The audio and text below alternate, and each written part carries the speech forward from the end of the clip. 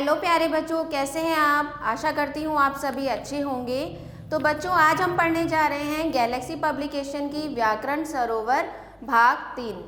तो आइए बच्चों, अब हम पढ़ते हैं पाठ 15, जिसका शीर्षक है निबंध लेखन यानी कि एस्से राइटिंग।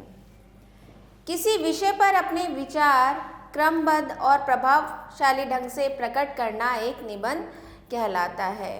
तो मान लीजिए आपको कोई विषय दिया गया है, जैसे मेरी माता, मेरे पिताजी, तो उस पर आपको निबंध लिखना है, तो उस पर अपने विचार प्रकट करना ही निबंध कहलाता है। निबंध लिखते समय ध्यान रखने योग्य बातें। अब जब आप निबंध लिख रहे हैं तो कुछ बातें जो है आपको माइंड में रखनी है कि कैसे एक अच्छा निबंध आप लिखेंगे, तो उसके लिए कुछ बातें आपको ध्यान में रखनी है। सबसे पहला है, निबंध लिखने से पहले उसकी रूपरेखा बना लेनी चाहिए। तो उसका आपको फॉर्मेट यानी कि रूपरेखा आपको एक बना लेनी है। उसके बाद एक एक बिंदु पर क्रम से लिखना चाहिए। तो कुछ पॉइंट्स आपको, जब भी आप निबंध लिख रहे हो तो आपको उसको से रिलेटेड पॉइंट्स आपको याद होने चाहिए। मान लीजिए आपको प्रदूषण के ऊपर निबंध लिखना है, तो प्रदूषण, सबसे पहले आपको प्रदूषण क्या होता है वो बताना होगा, किस कारण से प्रदूषण होता है और उसके क्या हानियाँ हैं और कैसे हम उस चीज़ से उभर के आ सकते हैं। तो ये कुछ पॉइंट्स हैं जो आपको ध्यान में रखने होंगे निबंध लिखते समय। विचार विषय से संबंधित होने चाहिए और उनमें आपस में तालमेल होना चाहिए। किसी बात को दोहराया ना जाना चाहिए। ऐसा नहीं है कि बार बार आप एक ही लाइन रिपीट कर रहे हैं, एक ही चीज़ आप उसमें बता रहे हैं। भाषा विषय के अनुरूप सरल, स्पष्ट और प्रभावशाली होनी चाहिए। भाषा का आपको बहुत ध्यान रखना है निबंध लिखते समय। और असंगत या गलत वाक्य नहीं लिखने चाहिए। और वाक्यों का भी आपको ध्यान रखना है कि वाक्य गलत नहीं होने चाहिए।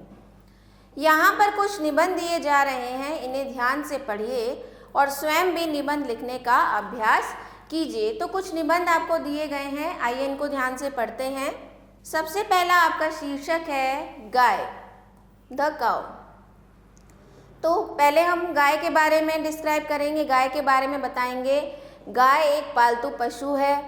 गाय के 4 पैर, 2 सींग, 2 कान और एक लंबी पूंछ होती है। उसका मुंह लंबा सा होता है और आगे को निकला रहता है। गाय के शरीर पर छोटे छोटे बाल होते हैं।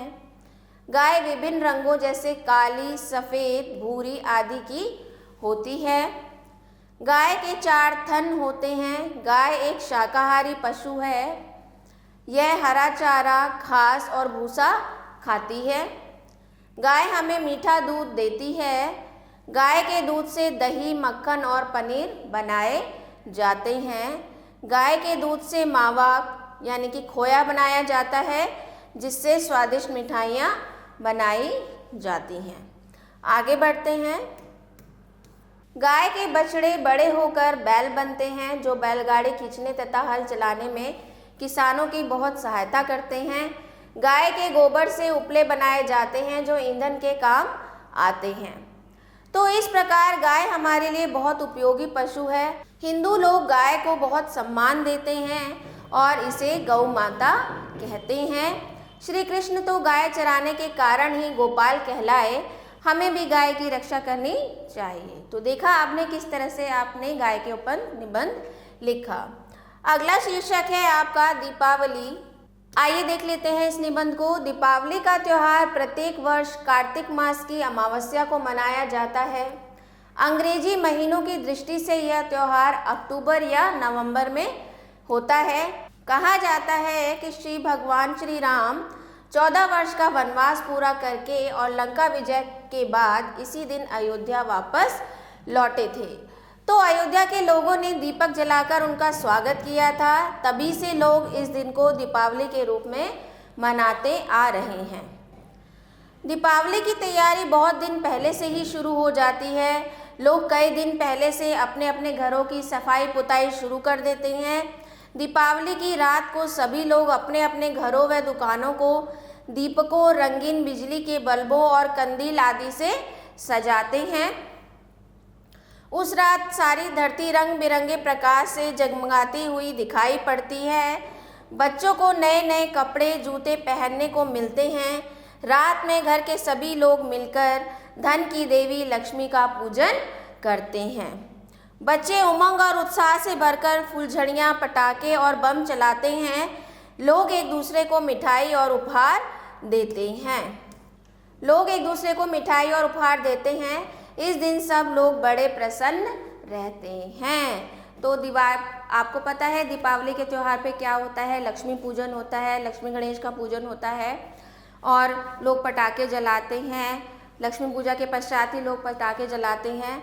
तो जो भी मतलब आप निबंध लिखेंगे तो उसमें आपको जो पॉइंट्स हैं, मेन पॉइंट्स, कैसे मान लीजिए किसी त्यौहार के ऊपर आपको निबंध लिखना है तो आपको त्यौहार के पीछे, उस त्यौहार को मनाए जाने के पीछे कोई कहानी या कथा है तो उसके बारे में उसको बताना है, थोड़ा सा इंट्रोडक्शन देना है। उसके बाद कैसे ये त्यौहार मनाया जाता है, कितने दिनों तक मनाया जाता है, तो इस तरह से आप अच्छे निबंध को लिख सकते हैं। अगला देख लेते हैं शीर्षक मेरा विद्यालय। मेरा विद्यालय का नाम, यहाँ पर आप अपने विद्यालय का नाम लिख सकते हैं। मदर केयर पब्लिक स्कूल है। मेरे विद्यालय में 10वीं कक्षा तक पढ़ाई होती है। मेरे विद्यालय का भवन 2 मंजिला है। इसमें लगभग 20 कक्ष हैं। कमरे हवादार, स्वच्छ और बड़े बड़े हैं। कमरों में बिजली, पंखा आदि सभी सुविधाएं की गई हैं। इनके अलावा प्रधानाचार्य, अध्यापकों, पुस्तकालय और प्रयोगशालाओं के लिए अलग अलग कक्ष हैं। मेरे विद्यालय में एक विशाल कक्ष भी है जिसमें समय समय पर कार्यक्रम होते रहते हैं। मेरे विद्यालय के सामने एक सुंदर बगीचा है जिसमें तरह तरह के फूल पौधे लगे हैं। विद्यार्थियों के खेलने के लिए एक बहुत बड़ा मैदान भी है।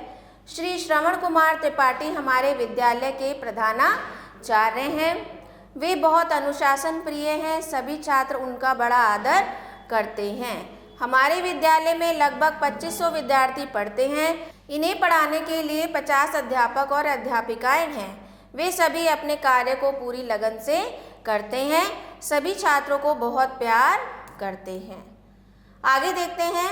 मुझे गर्व है कि मैं इतने अच्छे विद्यालय में पढ़ता हूँ।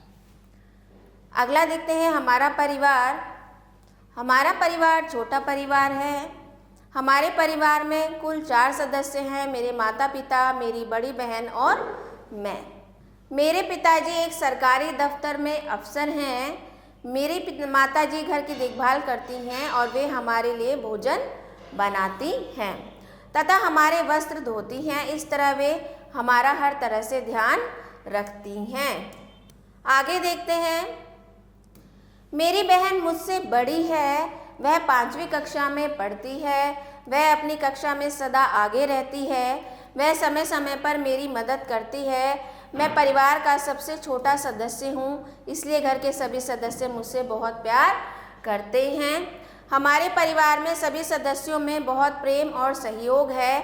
मैं और मेरी बहन छोटे छोटे कामों में अपने माता पिता का हाथ बटाते हैं। हमारा परिवार एक सुखी परिवार है। तो इस तरह से आप निबंध लिख सकते हैं मेरे परिवार के ऊपर। तो आइए देखते हैं आपने इस पाठ में क्या क्या जाना। किसी विषय पर अपने विचारों को क्रमबद्ध और प्रभावशाली ढंग से प्रस्तुत करना क्या कहलाता है बच्चों? निबंध लेखन कहलाता है। निबंध की भाषा सरल और स्पष्ट होनी चाहिए। निबंध में असंगत या गलत वाक्य नहीं लिखने चाहिए। निबंध में विचार विषय से संबंधित होने चाहिए। ऐसा नहीं है कि विषय कुछ और है आप और लिख किसी और विषय के बारे में रहे हैं। तो ये था हमारा पाठ बच्चों, निबंध लेखन। तो आपने देखा किस तरह से एक प्रभावशाली निबंध आप लिख सकते हैं। तो आशा करती हूँ बच्चों आपको अच्छे से पाठ समझ में आया होगा। तो मिलते हैं अगले वीडियो में। आभार।